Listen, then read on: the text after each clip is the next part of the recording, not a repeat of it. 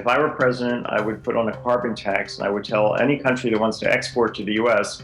that we're going to put on a tax on your imports from you that are proportional to the damage that production of those imports caused to the planet. You've mentioned carbon taxes again several times in this interview, and I just don't agree that carbon taxes are going to be a way to fix the environment. We can't trust the banks. We can't trust the governments. I don't understand how a carbon tax given to these same people is going to fix anything that's wrong with the climate. And I want to ask your opinion on this. Bill Gates has said at a TED conference that it's going to be possible, and our goal should be to reduce carbon emissions by 95%.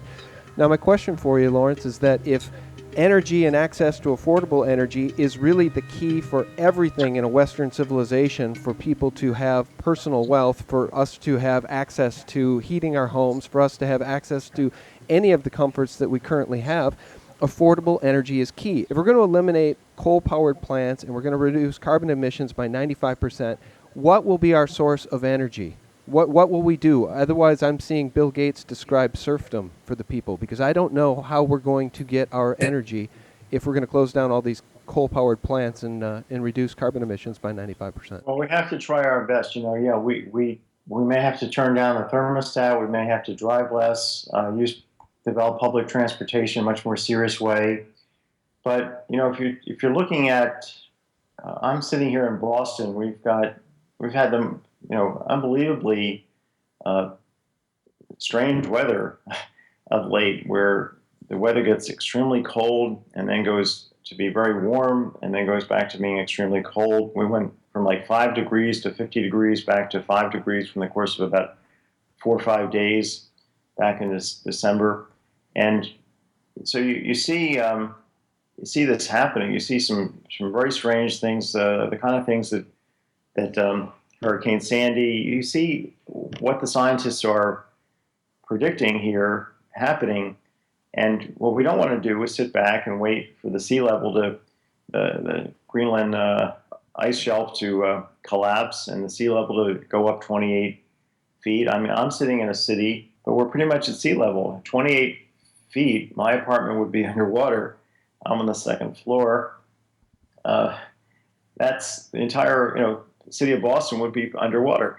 So we have to take this very seriously. We're facing something equivalent to an asteroid hitting the planet, and you're sitting back and you're telling me, well, it's going to be tough, and it is going to be very tough because we're facing something that could, at the extreme, kill the planet. Now, I'm not saying this; it's top scientists are saying this, and so we have to take So carbon taxation is the way to get people to stop doing what's hurting me.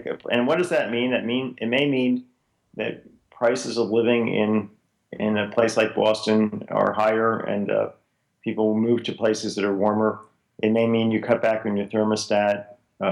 You don't drive as much.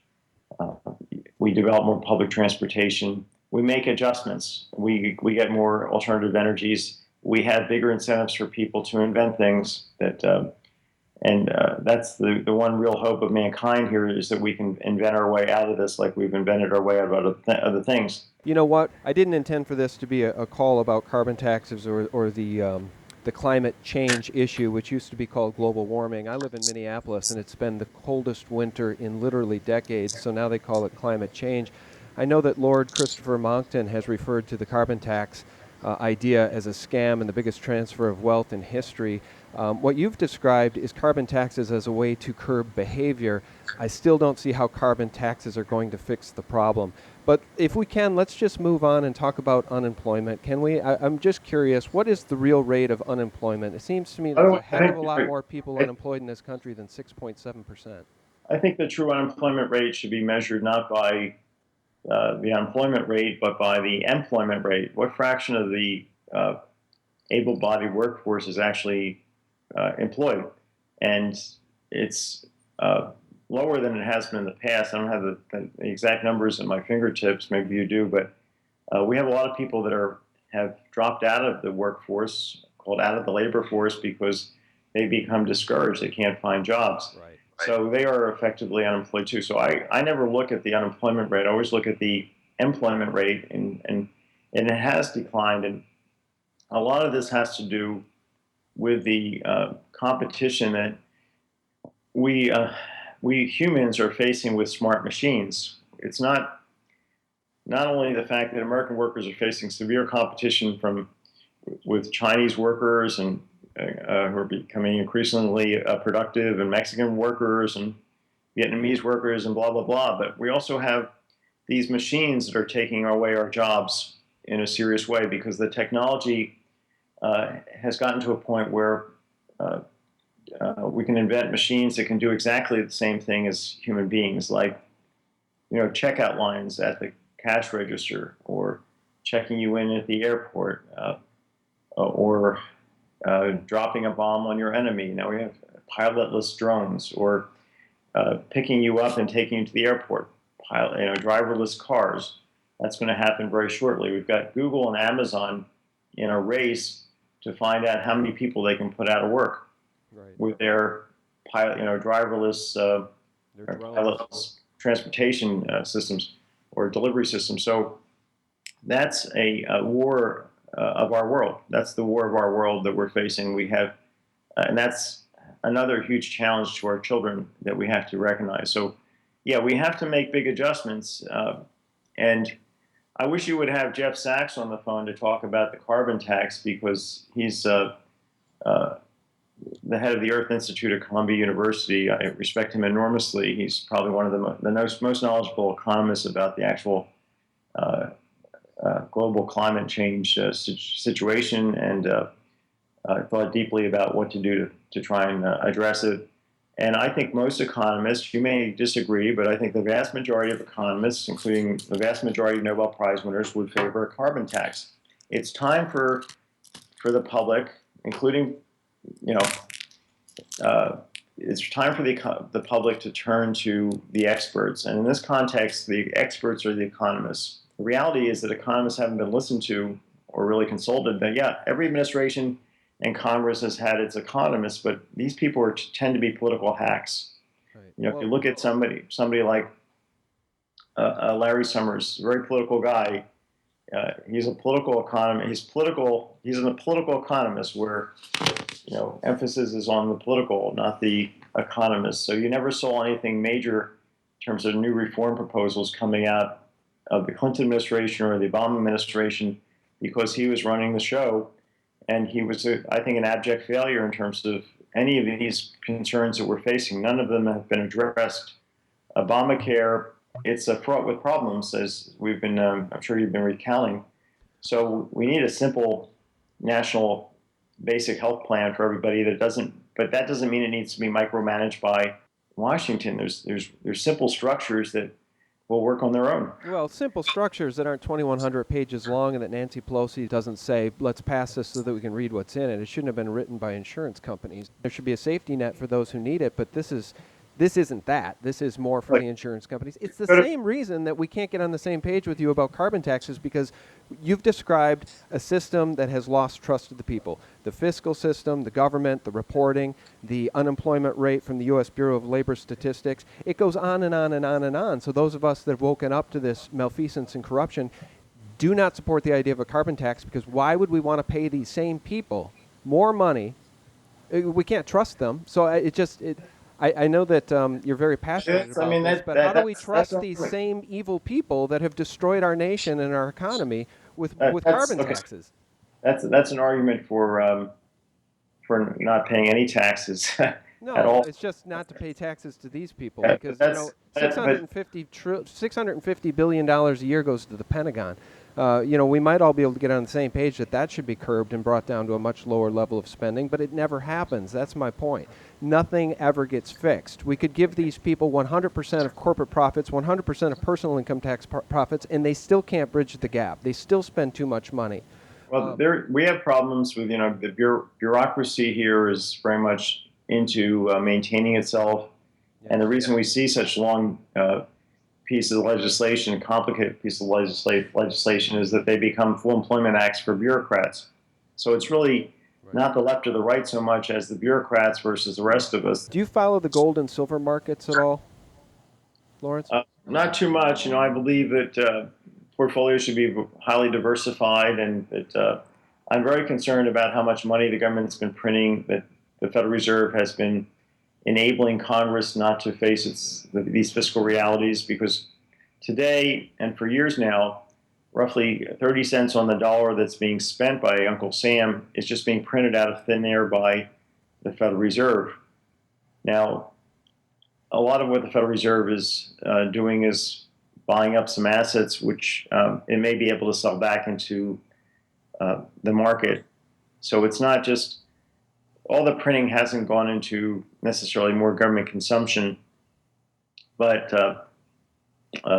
it certainly has kept current generations from having to pay more taxes, and consequently, we're leaving more debts to our kids to pay. So I'm very concerned about the rate of money creation by the government and what's going on up to this point. So I can see inflation taking off at any time, not based on what will happen in the future, but what's already happened, how much money's already been printed. And if that happens, then certainly gold and silver would likely be good investments. So I think everybody should have some of this stuff in his portfolio. I wouldn't say you should, spend every single penny on gold coins and stash them in a, underground, right, along with your rifles, your AK-47s. I'm not into that point of view. Probably a safer thing to do would be get some antibiotics, and if the end of the world comes, antibiotics might be more valuable than gold or silver or guns. But Okay. yeah, I think this stuff. But I'm not a gold bug. Before we let you go, final question. I know everybody's been thinking about this, talking about it. There's two different camps, deflation versus inflation versus hyperinflation. What are the chances that we will see hyperinflation of the U.S. dollar? Do you see hyperinflation on the horizon or no? Yeah, things can turn around very quickly. If you ask, if you ask any economist what exactly causes prices to rise in any given country, given the monetary policy, you can have a country like ours, which is probably printing more money or printing money at a more rapid clip than Argentina, and we're not experiencing any inflation. You can have a country like Argentina where it's not known exactly how much money they're printing, and they're experiencing very rapid inflation. So what you learn from that or discern from that is that when people get into their mind that a country's fiscal policy is out of control and that the government's printing a lot of money to pay its bills, then they start turning money into a hot potato. They don't want to hold on to it very long because they're worried about its maintaining its value. And by turning money into a hot potato, you increase what we call the velocity. So you effectively make the money move around more rapidly. It becomes like having more money. It becomes faster money. So faster money is like more money. And that puts more pressure on the prices to go up. So a lot of the hyperinflations we've seen, essentially all of them actually, have been cases where prices have risen much more rapidly than would be justified just by the percentage increase in the money supply, by the rate at which the government was printing money, because people started turning the money into hot potatoes. So it's a very psychological event. Right now, people think we're not going to have any inflation because people think we're not going to have any inflation because they haven't seen much inflation. But if people get into their minds that the country is going to have inflation, they will make that happen. So it's, Roosevelt said the only fear to fear is fear itself. In Argentina, people realize the country just is not run by a grown-up, and it's engaged in wild, crazy policies from one thing to the next. And they've decided that the monetary authorities can't be trusted and the currency can't be trusted. And bingo, the country's exchange rate is depreciating every day, and prices are rising. That same thing could happen to the U.S. because we have a country that's fundamentally not being run by grown-ups. We have the Democrats and Republicans at war with each other, arguing past each other, sometimes advocating exactly the same thing and violently opposing the same thing because they don't understand the economics. We've got the president who's leaving the generational problems to the next generation. He hasn't fixed Social Security. His reform of health care is, terribly flawed, although very well intentioned, and is going to, at least it's something for the 50 million people that are uninsured. Very important, but I would call it a catastrophic success.